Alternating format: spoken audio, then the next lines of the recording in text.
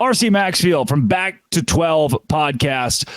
Brett Yormark calls for more expansion and soon. He wants to, already, we haven't even done the college football playoff format with 12. He says, what about 14? And I'm sure he wouldn't be upset with 16. And then the NCAA tournament, he says, what about 70 plus teams in the NCAA tournament?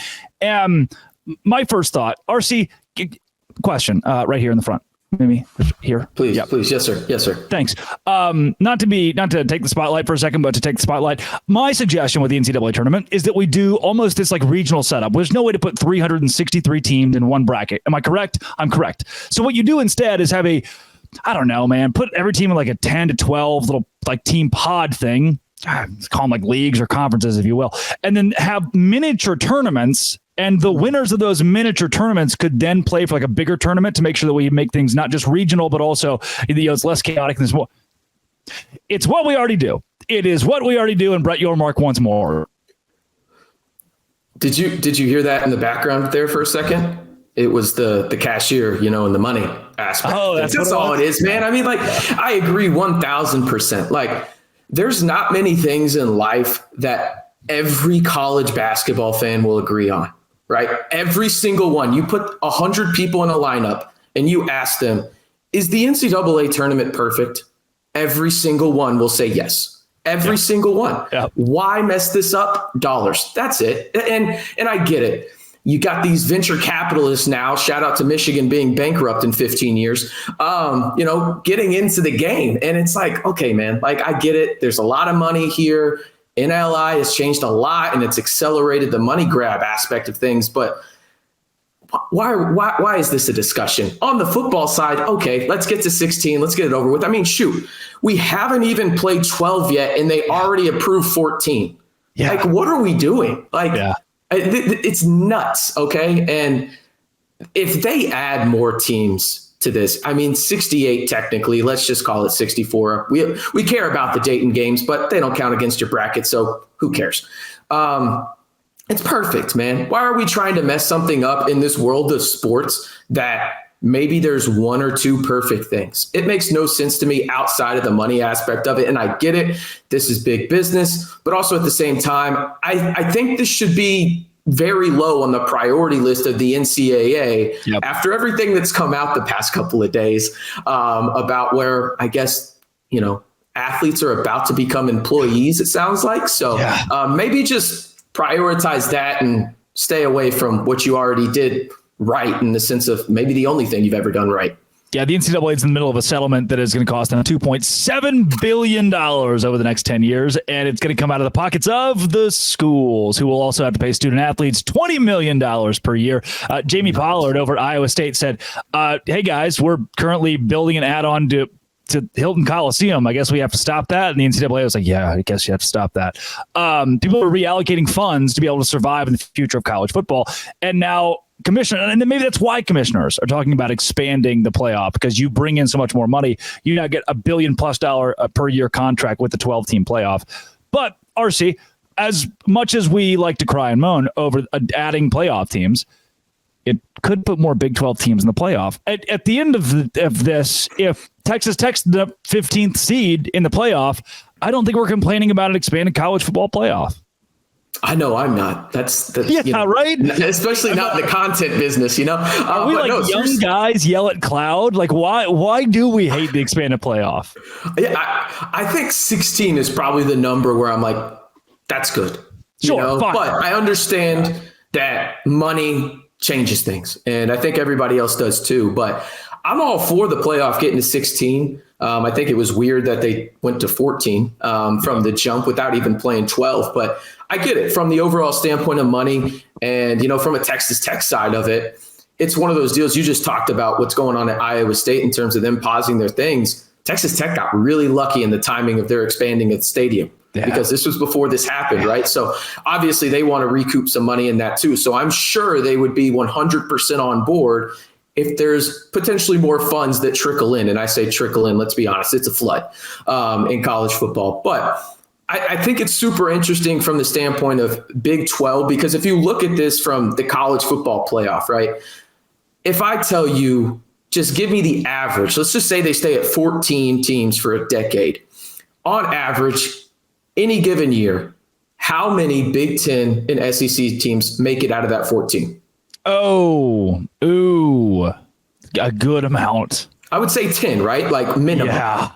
Yeah, right? So if you're the Big 12, you want this to go to 16 because in theory, it's like, okay, it gives us another chance to get that second team in. Because realistically, they're going to put a 10-2 SEC team, or even probably a 9-3 SEC team, in over a 10-2 Big 12 team, maybe even an 11-1. I'm pushing it there, but you get my point. Just because, again, the bias towards them, and also, I mean, the conference is really, in theory, at least top to bottom, tougher. Even though we all know that parity is in the Big 12 side, like we discussed. But I think that that's the most interesting aspect of it from the Big 12 side. Okay, you get another chance. I think with 14, you could get 2 in, but the likelihood of it just exponentially increases if you go from 14 to 16. And if that's the case, yeah, Brett Yormark's going to be there because that means more funds. That means more jobs. That means, the presidents and ADs are all happy with what's going on. And it also, validates the stance that the Big 12 is the third best conference in America. And right now, that's something that needs to happen because you want to be, shrink that gap between the SEC and Big Ten as much as possible, albeit it's going to be very difficult. Maybe this is the way to do it. Is it fair to note that the Pirate Mike Leach has been asking for 64 teams since 2015? I mean, one of the guys who I know Tech fans especially have such a reverence for has been calling for this over the span of his last 8 years in college football. Yeah. It's funny how you can almost tie everything back to Mike Leach in college football, isn't it? Yep. Man, I don't know if 64 is the right one. But he sure thought it. Yeah, no, I mean, and he's a lot smarter than me. There's no doubt about that. His takes on candy were phenomenal. Yeah. But yeah, I think it's very interesting from the standpoint because, again, it's all about money, right? Like, where is the money going and who is in charge of that?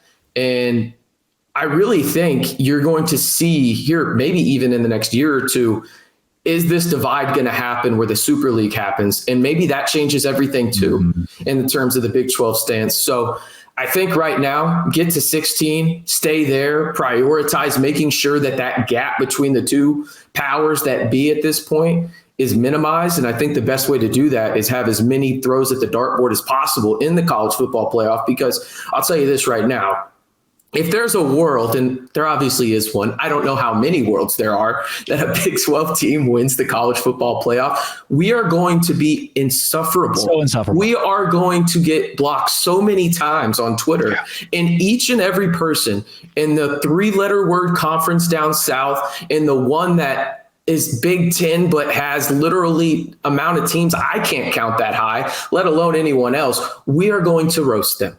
And so give me more throws on the dartboard, man, when it comes to 16. And I think that that's the line of thinking from Brett Yormark in the sense of, okay, I get more throws at the dartboard, but also, the powers that be at these respective universities that are involved in the Big 12 get funds to help allocate towards, these projects like you talked about, Iowa State, Texas Tech. I mean, they're going on each and every summer. I mean, let alone Kansas. I mean, Kansas is literally about to play at the home that Patrick Mahomes built. Had to get that in there. But yeah, I mean, I think that that's really what it comes down to in the grand scheme of things. And I think another interesting part is the NFL is not helping in this because they've completely disregarded really any compassion is not the right word, but it's the only one that comes to mind in the sense of the college football viewer. So now college football is having to even compete with the NFL when that really hasn't had to happen. And so you have to think about, okay, back to, dartboard throws. That's what it comes down to. More teams in, you get more TV slots. That brings in more money. It also allows you to have more people view in theory, so on and so forth. But it's just so interesting from that standpoint. But again, please don't mess anything up, NCAA. Just don't. Like, you already own your own color of black. Did you know that? Yeah, that's a lot. I had no idea. They have their own black. Yeah, they own their own color of black in curtain fabric. Oh. Yeah, they're already insufferable, and then they do that. I mean, thanks, Jesus. Charlie Baker. Jeez. Yeah. Coming up, More realignment. Joey McGuire says it's not done. On Locked On Big 12, part of the Locked On Podcast Network, your team every day. Today's show is brought to you by Game Time. Look, I'm going to see Tyler Childers in 10 days, and I haven't bought my tickets yet. So you say, Drake, how are you going to go see him? You got your flight. That flight wasn't cheap from Savannah to Norfolk, Virginia to Virginia Beach. Where's Virginia Beach? I don't even know. How do you buy your flights? How do you buy your hotel? You don't even have actual tickets to the concert. That's because Game Time exists. You download the Game Time app and get last-minute tickets at the lowest prices. Save up to 60% from buying last minute for sports, concerts, comedy, and theater. I've done it before. I've seen them twice, 2 times in concert. And every time I go to a concert, I always wait until about 30 minutes before. And I say, hey, wait a second. Zach Bryan's playing close? Yeah, I'll buy tickets at 6:30 for a 7 o'clock show. And they're like $25. Flash deals, zone deals, all in pricing. Even have a view from your seat, and the lowest price is guaranteed. With Game Time, you get 110% credit of the difference. Today, download the Game Time app, create an account, use code LOCKEDONCollege for $20 off your first purchase. Terms apply. Again, create an account, redeem code LOCKEDONCollege for $20 off. Download Game Time today. Last minute tickets, lowest prices, and buddy, that is guaranteed.